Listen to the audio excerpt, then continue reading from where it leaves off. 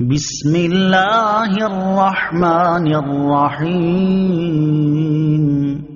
ترجمہ: اللہ کے نام سے شروع جو نہایت مہربان رحمت والا ہے۔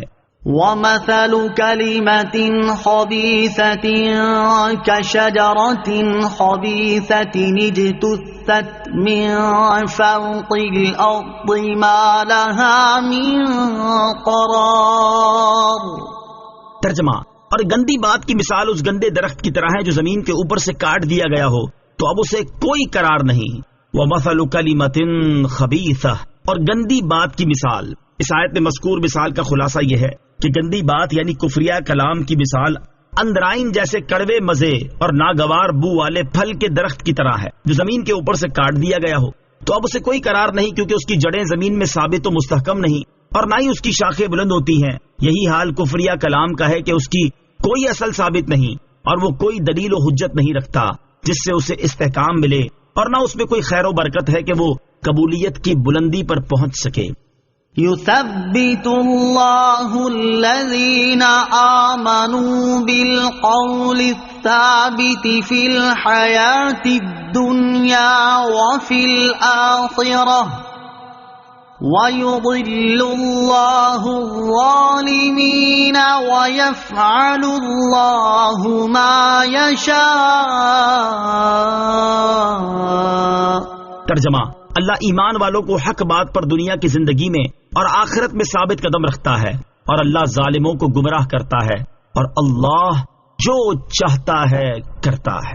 یثبت اللہ، اللہ ثابت رکھتا ہے، یعنی اللہ تعالیٰ ایمان والوں کو دنیا کی زندگی میں کلمہ ایمان پر ثابت رکھتا ہے کہ وہ آزمائش اور مصیبت کے وقتوں میں بھی صبر کرتے ہیں، ایمان پر قائم رہتے ہیں اور راہ حق اور سیدھے دین سے نہیں ہٹتے، حتیٰ کہ ان کی زندگی کا خاتمہ ایمان پر ہوتا ہے، اور آخرت یعنی قبر میں بھی اللہ تعالیٰ انہیں ثابت رکھتا ہے، کیونکہ قبر آخرت کی سب سے پہلی منزل ہے۔ قبر میں مومن کلمہ ایمان پر کس طرح ثابت رہتا ہے، اس کی تفصیل اس حدیث پاک میں ہے۔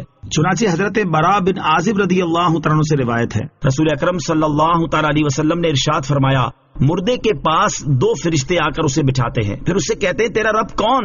وہ کہتا ہے میرا رب اللہ ہے۔ پھر کہتے ہیں تیرا دین کیا ہے؟ وہ کہتا ہے میرا دین اسلام ہے۔ پھر وہ کہتے ہیں یہ کون صاحب ہے جو تم میں بھیجے گئے؟ وہ کہتا ہے وہ رسول اللہ صلی اللہ تعالی علیہ وسلم ہیں۔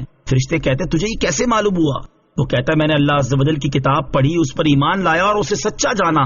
یہی اس آیت یثبت اللہ الذین آمنوا کی تفسیر ہے۔ حضور انور علیہ الصلوۃ والسلام نے ارشاد فرمایا، پھر آسمان سے پکارنے والا پکارتا ہے کہ میرا بندہ سچا ہے، لہذا اس کے لیے جنت کا بستر بچھاؤ، اسے جنت کا لباس پہناؤ اور اس کے لیے جنت کی طرف دروازہ کھول دو۔ چنانچہ اس کے لیے جنت کا دروازہ کھول دیا جاتا ہے، اس تک جنت کی ہوا اور وہاں کی خوشبو آتی ہے، اور تا حد نظر قبر میں فراخی کر دی جاتی ہے۔